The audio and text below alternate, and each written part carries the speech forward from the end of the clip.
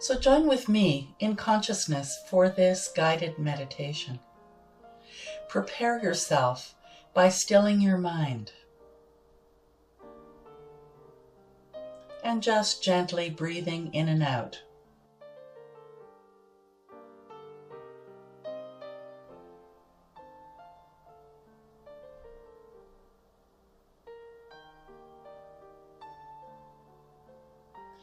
And know that the purpose of these words is to guide the mind to shut out all distractions and focus on these thoughts.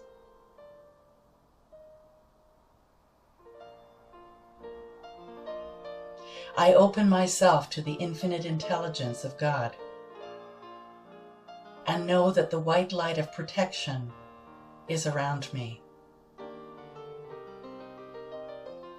I allow only the highest and best to come to me.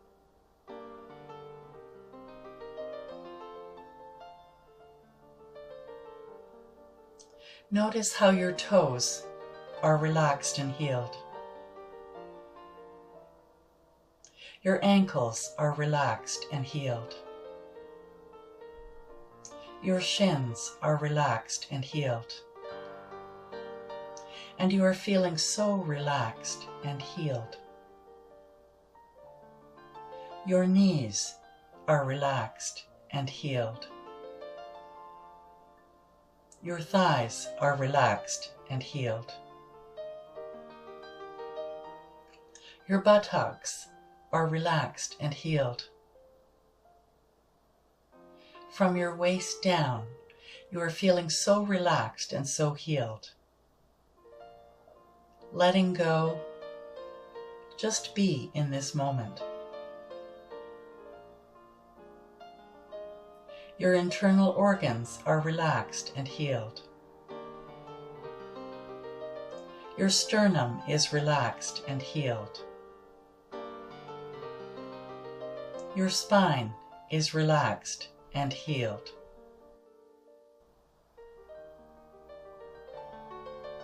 Feeling so relaxed now. Getting a bit drowsy. You will not go to sleep. Merely let go of all outside sounds. Your heart is relaxed and healed. Your back is relaxed and healed. Your hands and arms are relaxed and healed. From the neck down, you are feeling so relaxed, so healed, and your body begins to tingle, feeling weightless, letting go.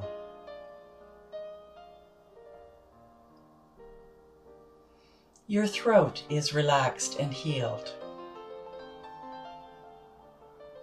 Your mouth is relaxed and healed. Your ears are relaxed and healed. Your eyes are relaxed and healed. Your entire body is feeling so relaxed, so healed. Your body is feeling weightless, and a tingling sensation covers your body, and it feels good. Letting go, just relax. A powerful white light comes in through the top of your head, flooding the cavity of your face, moving through the chest, down through your waist, down your hips, moving down the legs. And while the light emits from your right toe, and a powerful neon cord of light begins to encase your entire body. Outside in, inside out, Your body is so relaxed, so healed, and nothing can harm you. You are safe. You are in a powerful cocoon of protection. A light breeze begins to lift you up through the ceiling. You float and drift higher and higher into the sky. Looking down, you see the houses and trees and cars and people, and they're getting smaller and smaller. See how small and inconsequential all those people, places, and things you were worried about are.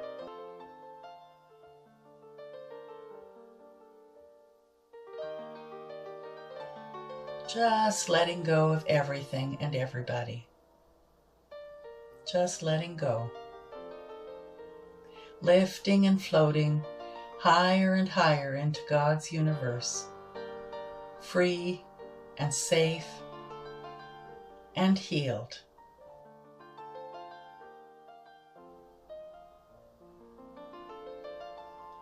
Soon you see a cloud and you choose it. And you choose to sink into it as if you were sitting on a sofa or chair. Oh, so relaxed, so soft.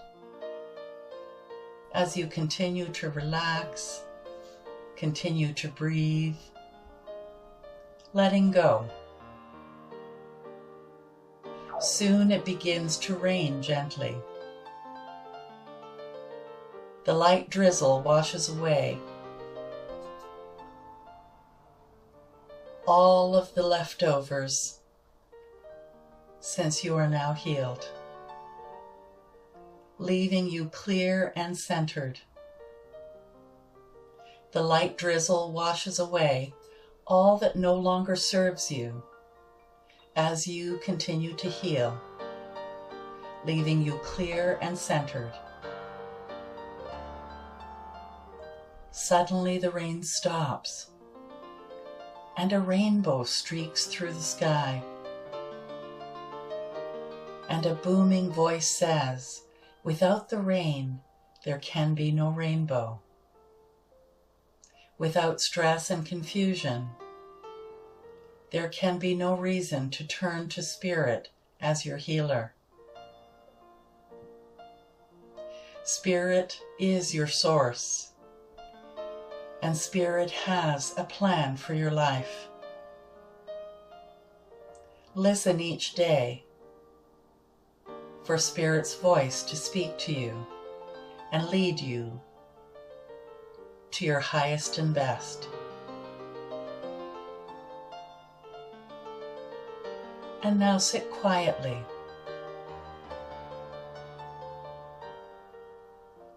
And ask infinite intelligence to keep the white light of protection around you while you receive messages from Spirit. And know that this white light of protection allows only the highest and best to come to you. For as you ask in the name of truth, love, and beauty, for peace, balance, and harmony, it is done. And so relax into this knowing. Relax into this sacred listening.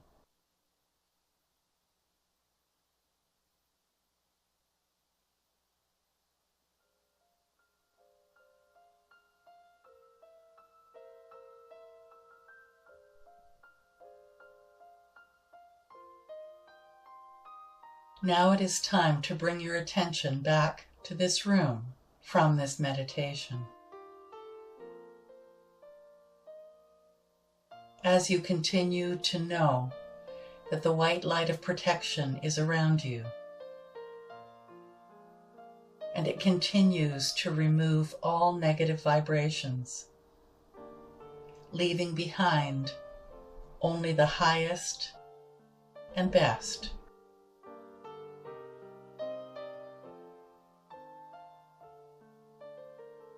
knowing that you are open and have asked for truth, love, beauty, peace, balance, and harmony.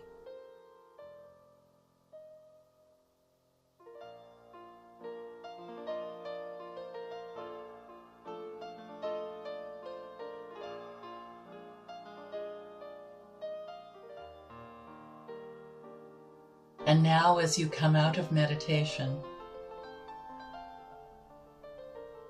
feel how relaxed and rested you are.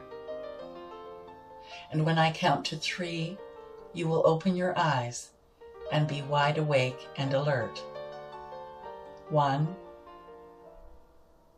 2, 3. Wide awake. Come all the way back. And affirm with me, and so it is.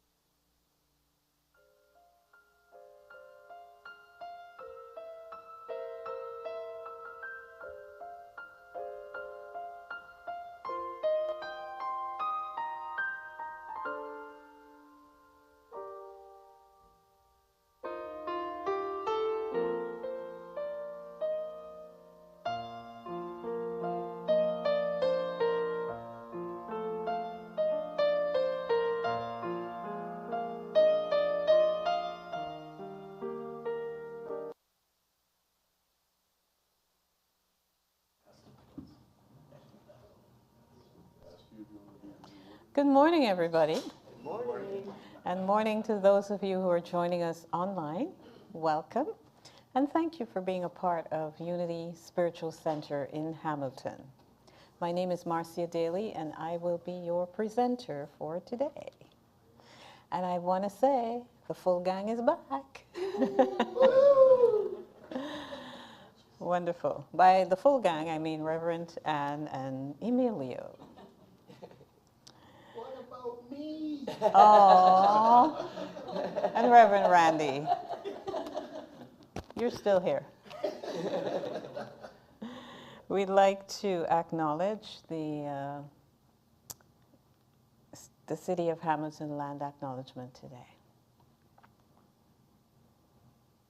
And so our service begins with the first song, Circle of Life, originally written by Elton John and sung by our Emilio.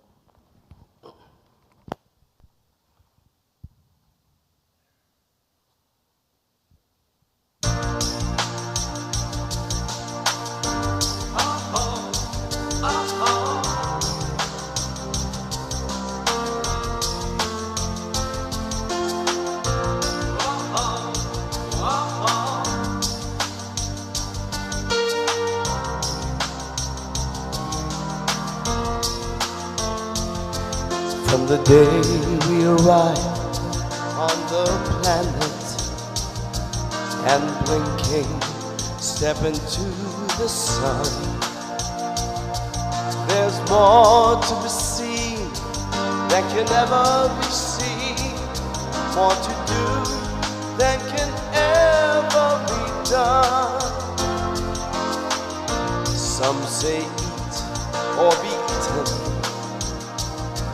some say live and let live, but all are agreed as they join the stampede. You should never take more than you give in the circle of life. It's the wheel of fortune. It's the leap of faith. It's the band of hope till we find our place on a path unwinding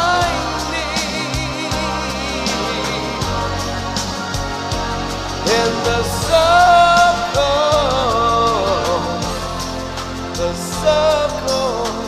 of life.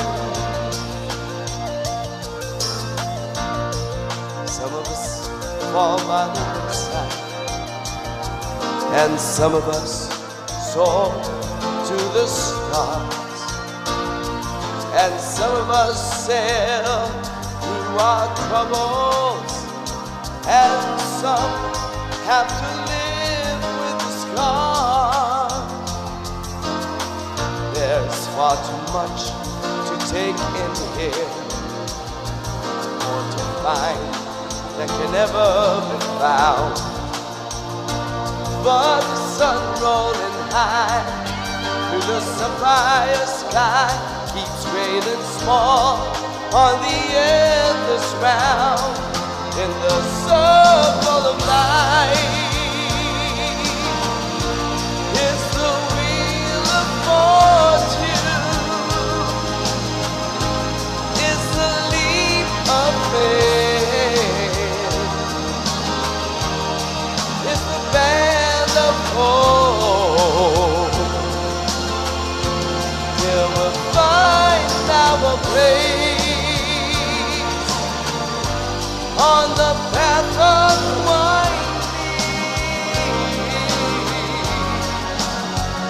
in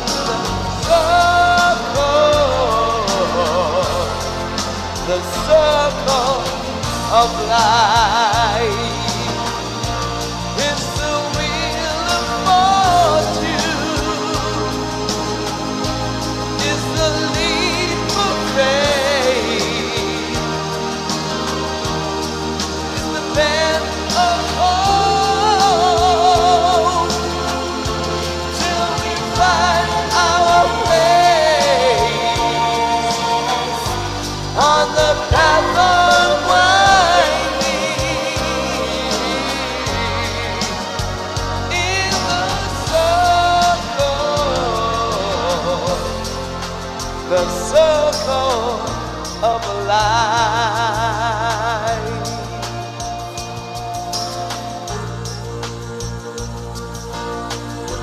on the path of winding, in the circle of life.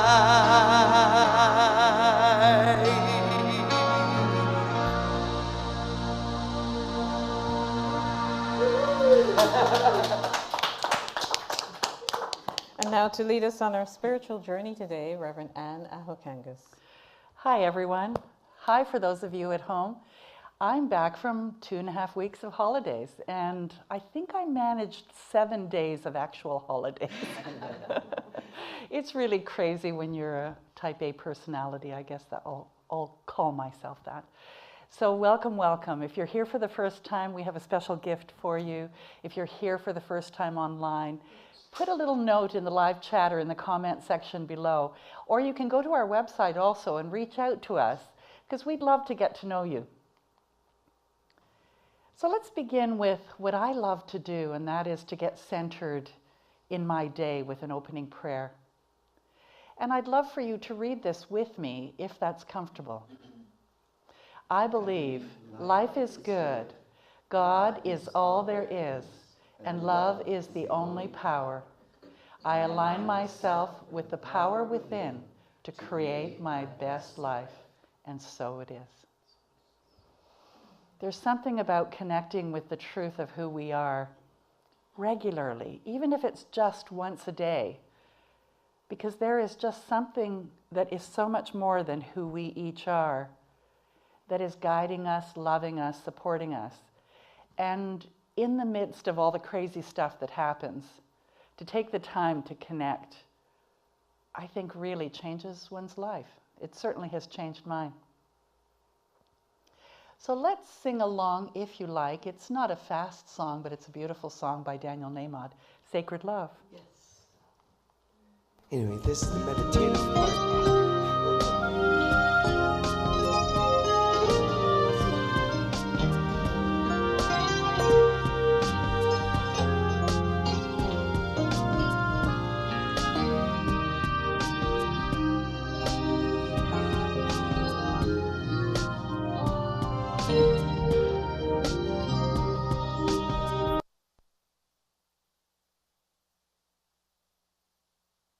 As I advance, the song is not going to stop. So I'm going to ask someone to go to the computer and advance it for me.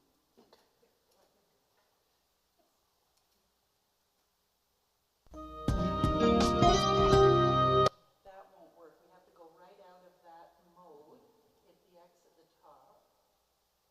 Oops, and then open that PowerPoint again. It's in, shall I come there and do that? And then choose the slide after that song. You're still going to run into the same problem because you opened it up in the wrong place. Oh. Okay. Yeah, we could. We could. Thank you for your patience. Yes. We'll speed it up. Just double click it and it should open. There you go. And then pick the file after the song, which should be Absolute Word. Keep going, going, going. It's a very long song. There's the Absolute Word, and now hit play. There we go. Okay. Well, that was quick. Don't you feel sacred? Would that be the song that wasn't a song? The mystery of life. It's a theme here, I see. Okay, we love technology. Can't live without it. The word for today is animal blessing, and the affirmation, I love animals, knowing the divine is our I'll start over. I love animals, knowing the divine is our underlying unity. Over the millennia, many species of animals and humans have interacted in trusting relationships. Animals add so much to our lives. They're pets, farmhands, and guides. Dogs love and guard us, cats comfort and keep mice at bay. Birds sing and amuse us, wool from sheep warm and adorn us. Animals continue to be essential transportation around the world. I am grateful for the many ways animals add richness to my life. From the fish of the sea to the butterfly, I appreciate the unique strengths of each and every species. Whether it's the pet from my childhood or an exotic animal, I see our underlying unity. When I see them, I send them loving energy, knowing that the divine is our common core. Yeah. Here we go.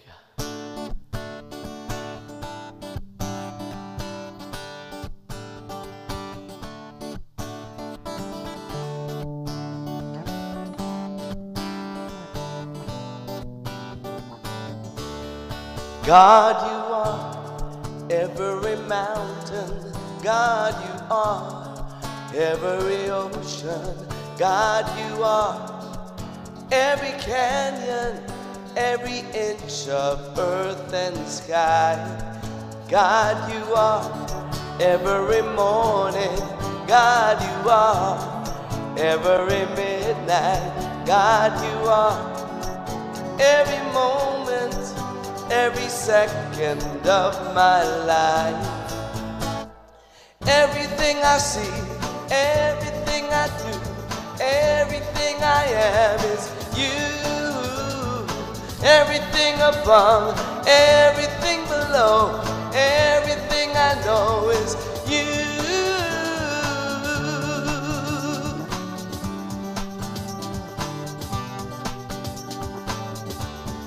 God, you are every sunrise. God, you are every moon glow. God, you are every star shine, every inch of earth and sky.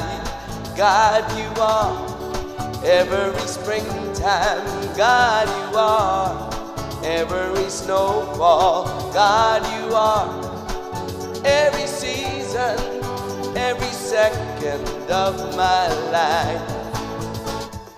Everything I see, everything I do, everything I am is you. Everything above, everything below, everything I know is you. 'Cause you are the very breath I breathe. And your perfect love created me. Everything I see, everything I do, everything I am is you.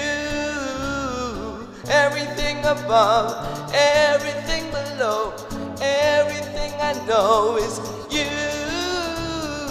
Everything I see, everything I am is you. Everything above, everything below, everything I know is you.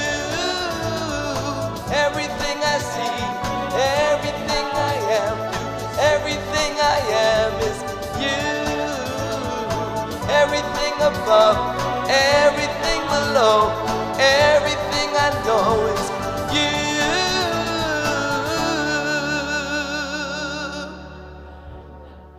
That was worth waiting for. So today we're looking at nature, and I tried to kind of include everything in nature that is alive, like with legs and things. So the furry, the fuzzy, the slimy, the scaly, and everyone else. Because I'm not going to talk about trees or that kind of thing today. But I'd like to look at this, and how is that spiritual? And I thought about that for a while, and I thought, you know, can I really truly be spiritual if I'm not feeling my oneness, feeling the connectedness to everything in life, including rocks? let alone the furry, the fuzzy, the slimy, the scaly. And I remember when I was a kid, I wasn't afraid of any of those things. I don't know if you were, but I mean, I brought all kinds of things home for my mother to see, and she taught me how to be afraid of them by going, what are you doing with this thing in the house? And even swimming. We lived in Northern Ontario, and they were all pristine lakes with white sand shores and then loon poop and lots of dead wood in the center. And so if you stayed in the kind of clear water where the sand was, you could see if there were bloodsuckers coming at you. And so as kids, we weren't afraid of bloodsuckers. I mean, you'd see them coming at you, and if they attached to your leg, you ran to the shore. You got the box of Sifto salt that was sitting there, because that's what you did. You put some salt on the little critter, and it fell off, and you went back in the water. I mean, I remember not being afraid of any of it. And yet today, I think about even one of our grandsons. If there's a fly in the house, he's having a fit because he hasn't been introduced to the idea that all of this is okay. And when you learn to handle it, when you learn how to connect with it, you are safe and you're okay. So I want to begin with a story that my dad told me. This is a crawl space under someone's house.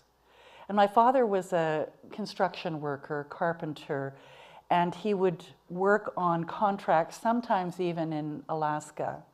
But when he was at home, he would do small projects for people. And this woman, who was a beautiful artist that I had bought a couple of paintings from, came to me and said, there's something going on with our house. And she lived sort of in the outer skirts of Sudbury and quite far out. And so they didn't have regular sewage and water. They had, whatever it is, a field bed and, those kind of things. And so Dad went out and he noticed that half the house was on a foundation. The other half was kind of raised with a crawl space like this that had sand on the bottom. And it was filled with poop because their pipe had burst.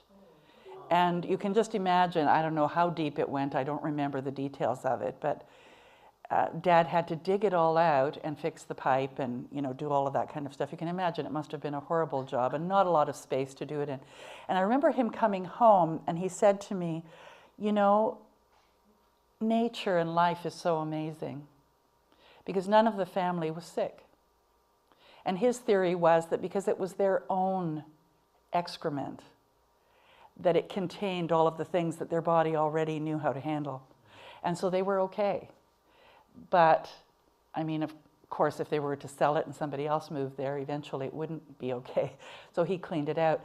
But it started me thinking about this idea of the circle of life and how there's so much that is going on that is interconnected in the world that we have no idea about. And when we change one thing, we change all kinds of things. And like it or not, COVID has changed our lives. We've started to look at how safe do we feel around people we don't know even. And we know that God is good. That's one of the things that is a foundational idea with unity, that in spite of whether you say that it's good or bad, that everything just is, and so as a consequence, it's good. It's part of this circle of life, and that somehow things are working together for good. And one of the good things that's come out of this situation is an increased awareness on preventative health in our immune systems. We're really looking for nursing staff now. That's maybe one of the biggest negatives. But we are so much more aware of how we need to be together, especially in this global community where people are traveling. Like Emilio just got back from Europe. He was in multiple countries with all kinds of different people that have been exposed to all kinds of different things. And when we live just in one place, we don't get that exposure necessarily. And yet with something like COVID, it spread around the world because it was something that our bodies were not used to being exposed to. It was something that was part of the circle of life that had not touched us, and now it has. And now I think it's our new normal. It's a bit like when colds first started or flus first started. Who knows how far back that was? And every season we go, oh, we better get ready for flu season or cold season, because we know that that's the way it is. So I wonder if that's the way we'll be about COVID in 20 years or 5 years. I don't know. So I'd like to look at the year the Earth changed. It's a beautiful little trailer video of this particular documentary. It's a fabulous documentary that you can watch on, I believe you can watch it on a number of the networks, and maybe even on YouTube you can purchase it. But I'd like to talk about that spirit is right here, all the time, right where you are. And I'd like to speak a little bit about Charles Fillmore, who was the co-founder of Unity, and what his thoughts were about the circle of life. So I'm going to begin with Charles Fillmore. He said a meatless diet was conducive to deepening spiritual thinking and developing a strong spiritual practice. And that was back in like 1920. And so for 40 years, Charles Fillmore wrote passionately about mental, physical, spiritual, and social harm caused by eating animals. And so if you want to, you can go to truthunity.org online, or just type in Charles Fillmore, and you can see some of his earlier writings and his thoughts about all of this if you want to go a little deeper. And he felt that a plant-based diet was aligned with developing spiritual maturity and contributing to world peace. And so there's a lot packed in that. This idea that you become more spiritually mature when you eat a plant-based diet. I'm not sure why. I haven't read all of his writings. I have my own theories on that. And one of them is that I become what I ingest. And so if I ingest the consciousness of something else, and perhaps it died in a way that wasn't great, it was afraid or whatever, that do I take on that fear consciousness? I don't know. I don't have the answer for that. But I do know that in the Jewish tradition, if they are going to eat animals, they literally do it in such a way that the animal doesn't have an opportunity to have fear hormones come up in its body, that it dies before it knows that it's dying. And so you're ingesting food that doesn't have that hormone component in it. Now, whether that holds any validity, I mean, how do we prove that? We don't. But they're really great things to think about. And I think here at Unity and on this spiritual path, it's not about what to think, but about how you're thinking, how you're exploring, and what works for you. And so I'm posing these questions with sort of an open hand to say, think about them, and how do they resonate with you? So the Fillmores actually, that's Charles and Myrtle, established a vegetarian restaurant, something like 1925, which I think was really a big deal on this side of the world. And they also started a vegetarian food company and a vegetable farm for their restaurant.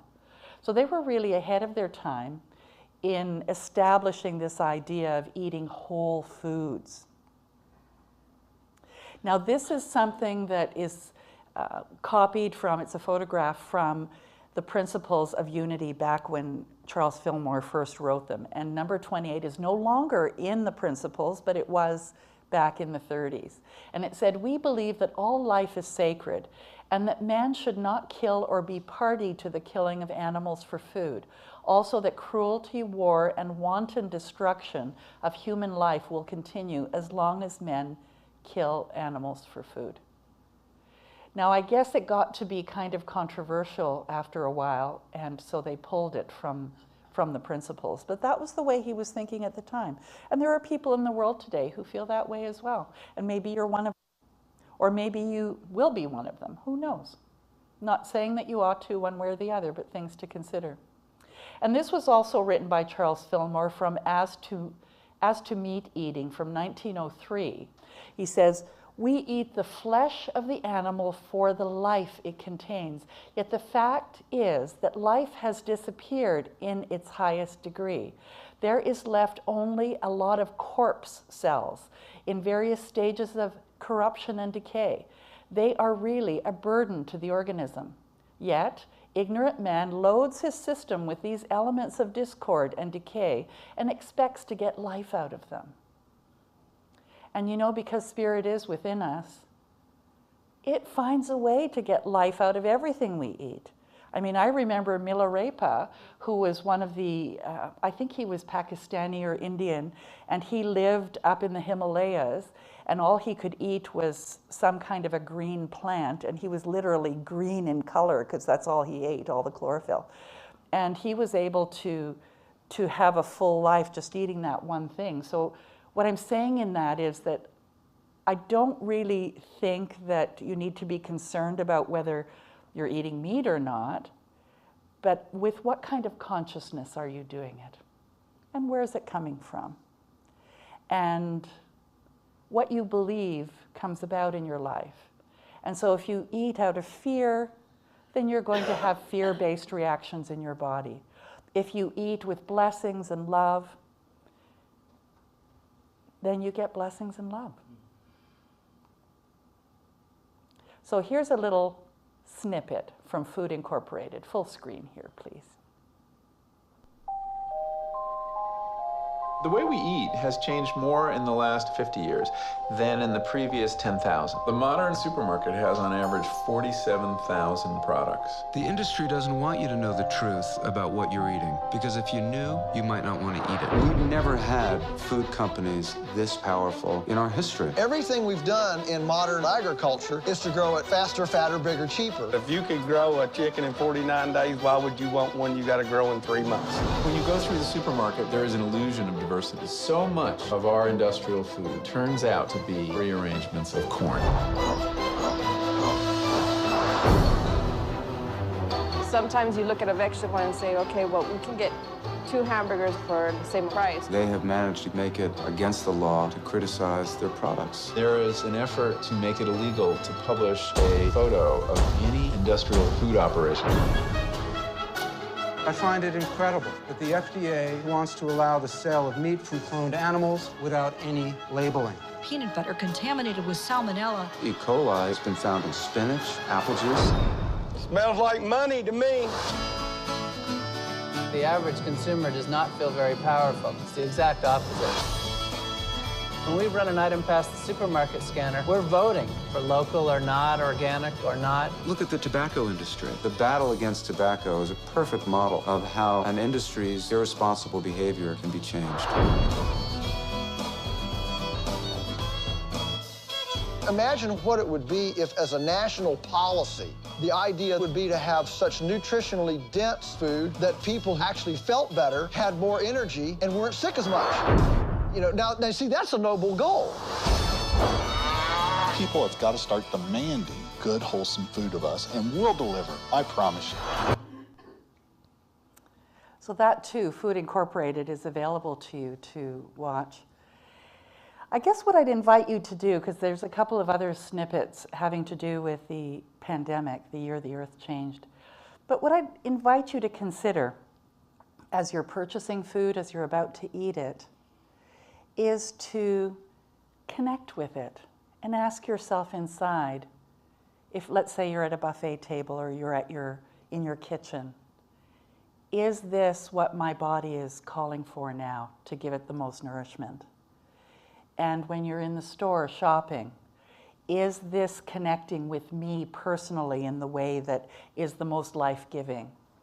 And to choose those types of foods. I remember I took a course in Ayurveda years back, and every buffet we were asked to stand in front of every one of the dishes and only eat those that called out to us to eat, because that was what our body was saying it needed.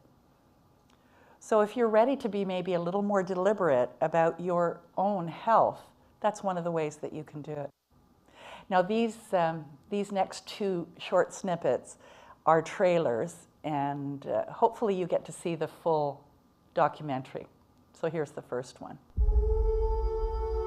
March 2020. The deadly virus sweeps around the world. Overnight, our lives are put on pause. Today, the WHO declared a pandemic. Issuing a stay home, stay safe order. Directing all of our residents to quite simply stay at home. But as we stop, remarkable things start to change in the natural world. With the clear skies, for the first time in a lifetime, we can see the Himalayas.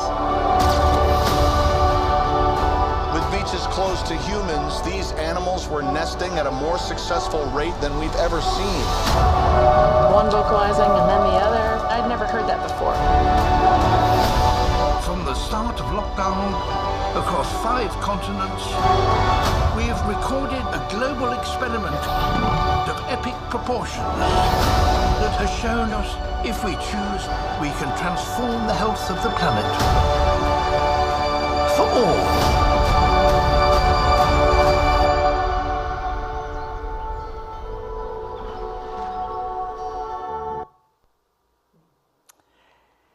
Yes, it's amazing. We were driving into Hamilton this morning, and the smog that was there that wasn't there last year at this time was really remarkable as we've gotten back to some of our old routine. And you know, we need to get back to life and living. I'm not saying not doing that, but what I'm suggesting is let's be more deliberate. Let's not do more than we need to do. Let's do things in a way that are healthier for each of us. Let's just do everything in moderation. And perhaps that we'll find that balance in doing that. I don't know what the answer is. It's easy to go back to the old ways, and was a year and a half, 2 years long enough to change our ways? I know that I've changed a number of things. I decided to first become vegetarian and then vegan, and just for my own health actually. And I've lost a little bit of weight, but I feel generally better. And there's something, and I'm only speaking personally, there's something now about the sacredness of living things that are animals that have thought and all of that, that I just can't even imagine if I was part of the process of getting it onto my plate, I wouldn't do it. And that surprised me because I didn't intend for that to be the case, to be this advocate. And in a way I am for myself. And I had my son and his family here, my grandbaby. And I'm perfectly fine with everybody doing whatever it is that they feel they need to do. But I've changed myself. I've changed. So I know that it's possible. Someone as staunch in the way that I was doing things can change, like me, then I know that you can too, if you decide that that's the direction that you want to go. And has it changed me spiritually? I have no idea. Maybe you can tell me. So this next one. This extraordinary year has shown us that wherever we step back, the space we leave is providing wildlife with new opportunities.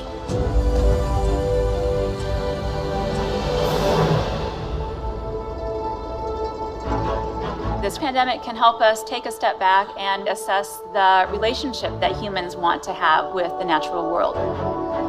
Juneau is a premier whale watching destination. In a typical year, we'll have about 1.3 million people visit by cruise ship. And of those, a quarter of them will board smaller boats to go on whale watching trips. This year, we essentially have zero. This year is a really incredible opportunity as a scientist to collect data in the absence of a lot of boats on the water that we can then compare to previous and future years of normal whale watching activity. The number of whale watching boats around a whale increases the amount of sound that a whale is exposed to. Therefore, there's the potential for whales to be more stressed out than they would if they had less disturbance around them. The goal of the study is to determine what is the stress hormone level of these whales during this unusual year. What we're looking for is the concentration of a steroid hormone called cortisol, and we recognize this as stress. Power 2, safety off. Let's try and get a little bit closer. When we're collecting our data, we believe we have a fairly minimal impact on the whales. So the biopsy samples that we take, I compare that to getting a finger prick at the doctor's office. So it hurts for just a split second, but then after that, you're fine and you forget about it. We fire this towards the animal. It hits into the side of the animal, and then it bounces off and floats in the water. It's leaking blubber. And when we get it, we have skin and blubber in this coring end. So I'll just hold on to it, you twist. It's a pretty small sample, a little smaller than eraser end of a pencil. I think we got it all. Nice job. Good sample. Our results might help to inform management regulations and guidelines for humpback whales in Juneau. So perhaps changes to the number of boats around whales, how long boats stay with whales, and overall how many boats are on the water. This moment provides a really unique opportunity to understand the natural state of whales and other wildlife around the globe. We have an opportunity to slow down a little bit and think about how we interact with wildlife and what that might look like with a little bit more intention.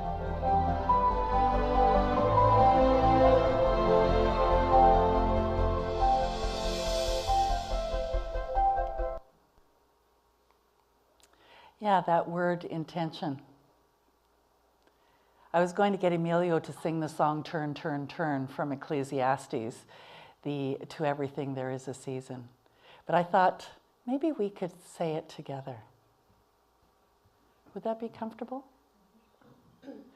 To everything there is a season, a time for every purpose under heaven, a time to be born and a time to die, a time to plant and a time to pluck what is planted, a time to kill and a time to heal, a time to break down and a time to build up, a time to weep and a time to laugh, a time to mourn and a time to dance, a time to cast away stones and a time to gather stones, a time to embrace and a time to refrain from embracing, a time to gain and a time to lose, a time to keep and a time to throw away, a time to tear and a time to sow, a time to keep silence and a time to speak, a time to love and a time to hate,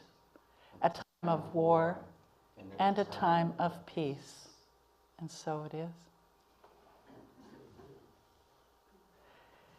So we looked at the year the earth changed, and that Spirit is right here in the midst of all of it, and that you're not right or wrong in anything that you're doing.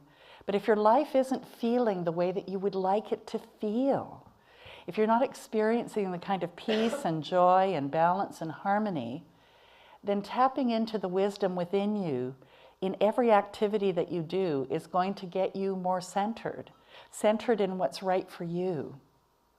And I mean, Charles Fillmore basically thought world peace begins in the kitchen. And perhaps it does. I don't know. What do you think? So we've looked a little bit at the furry, the fuzzy, the slimy, and the scaly, and everyone else. So now I'd like to know, what is it time for you? Is there something in your life, how you're doing it, how you're experiencing life, how much time you're spending in nature or not, what you're eating, how you're interacting with critters? What time is it for you? Shall we take just 5 minutes to do a short meditation and connect with this? Close your eyes if that's comfortable. And just take a deep breath, centering breath, and hold it for a moment and let it out. And I'll speak in the I am. So join with me in consciousness. I am at the center of all that is. I am fully connected with the wisdom of the universe.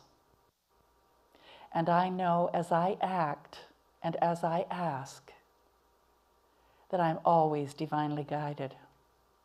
So in this moment, I ask, what is mine to do in this moment?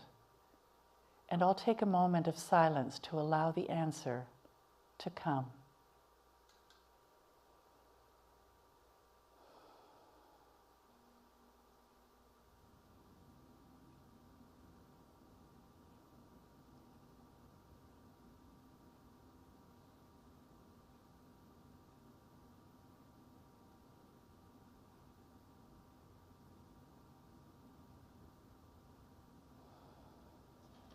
And in this place of peace and serenity and an openness to divine guidance, my heart is filled with gratitude. Gratitude that I'm always guided in the best and highest ways for me. For Spirit is right where I am, and I need only to ask.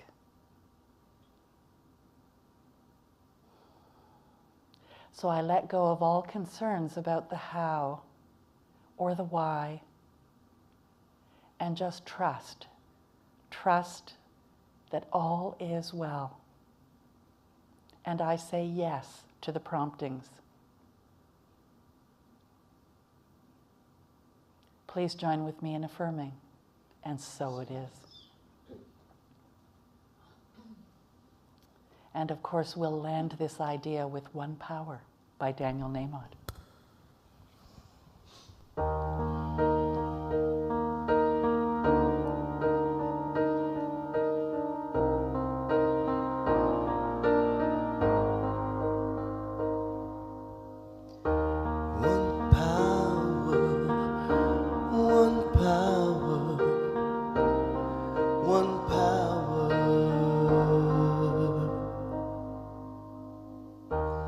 There's one power invisible, and you see it everywhere and every day. One power indescribable, and you speak of it with every word you say. Mysterious until you know the truth. As simple as the love inside of you. Call it God, call it Spirit, call it Jesus, call it Lord, call it Buddha, Baha'u'llah, angels' wings or heaven's door. Well, whatever name you give it, it's all one power, can't you see? It's the power of the in you and me. One power, oh, one power, one power.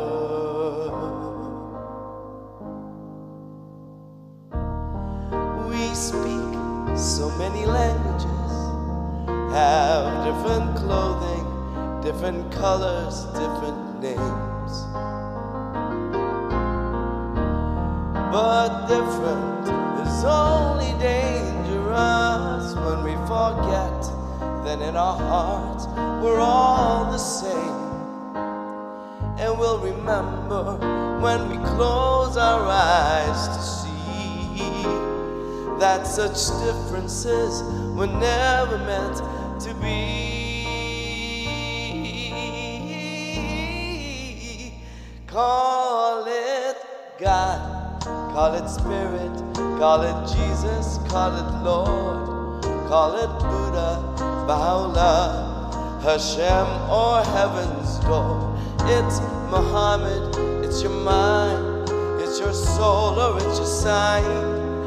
It's the universe, it's music, Mother Earth, or Father Time. Well, whatever name you give it, it's all one power, can you see? Whatever name you give it, it's the very air we breathe. It's the power of the love in you and me. One power, oh, one power, one power, one power.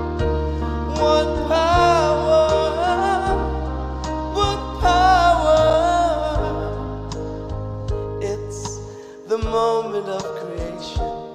It's an everlasting peace. It's the freedom of forgiveness. It's the sweetness of release. It's the joy of inspiration. It's the sunshine on your face. It's the birthright of all nations. It's the boundlessness of space. It's the beauty of a baby, the serenity of sleep. It's the anger we abandon for its love that's most deep. It's one power, one power. What we are is one.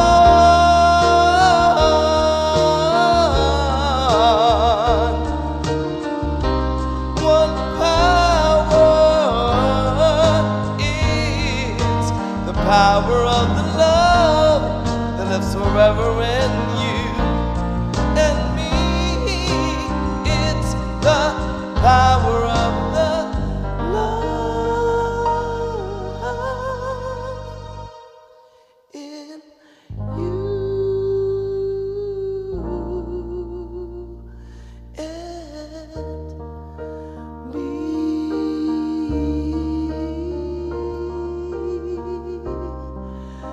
One power.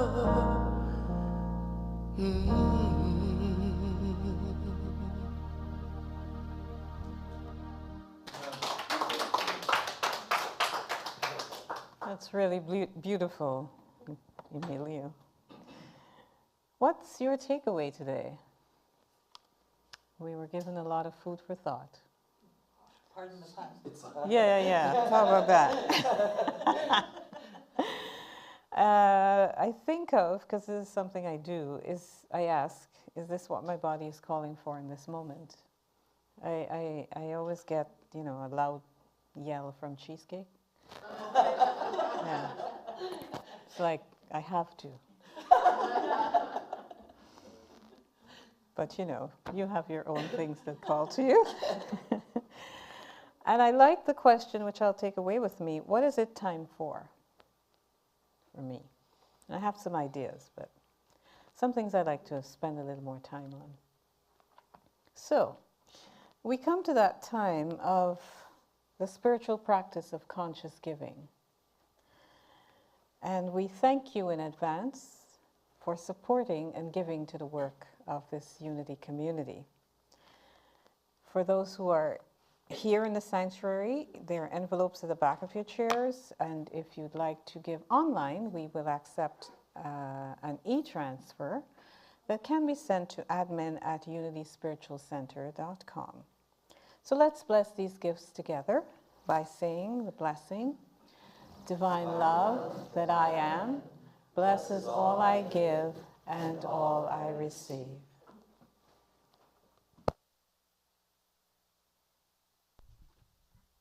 I think it's a Daniel Lamont day, isn't it? I love this song.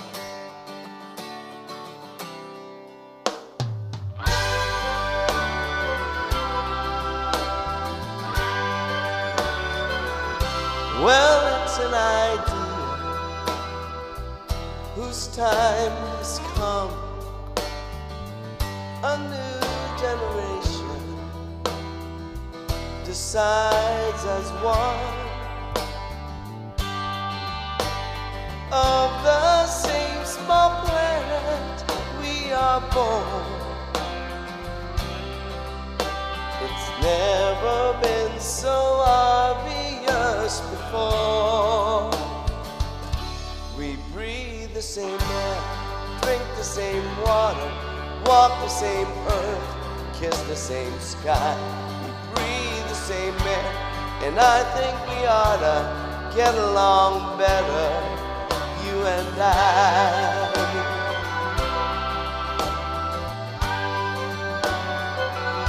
The future of history is crystal clear. The borders between us will disappear. Of the same small planet born. There's no foreign country anymore. We breathe the same air, drink the same water, walk the same earth, kiss the same sky. We breathe the same air, and I think we ought to get along better, you and I. Well, some say I'm out of touch with the times, that this world is no place for a vision like mine. Well, still I can see it, and still I believe it. There's too many lives on the line. There's so many lives on the line. We breathe the same air.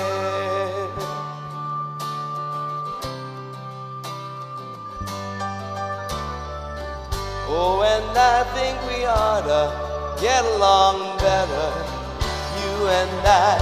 We breathe the same air, drink the same water, walk the same earth, kiss the same sky.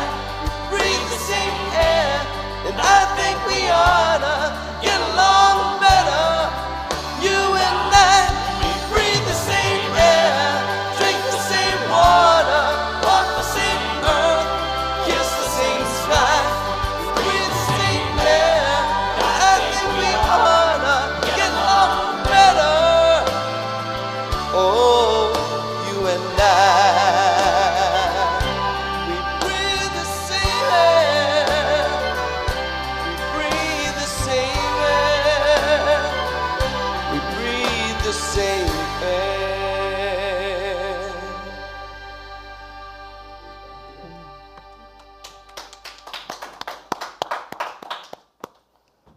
Remember, we are here to pray with you.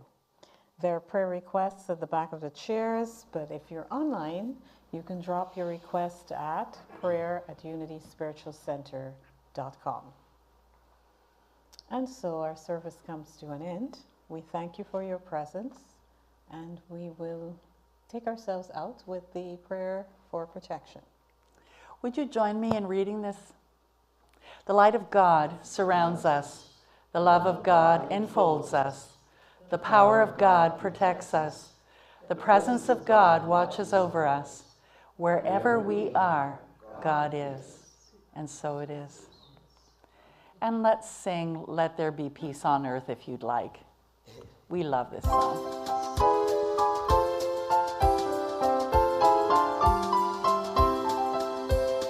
Let there be peace on earth, and let it begin with me. Let there be peace on earth, the peace that is meant to be. With God as creator, family all are we. Let us walk with each other in perfect harmony. Let peace begin with me. Let this be the moment now. With every step I take, let this be my solemn vow. To take each moment and live each moment in peace eternally. Let there be peace on earth, and let it begin with me. So thank you everyone for joining. Thank you for you online. I am so delighted. Everything always works out for us one way or the other, doesn't it? So let's affirm that together. Everything always works out for us. See you next week. Bye for now.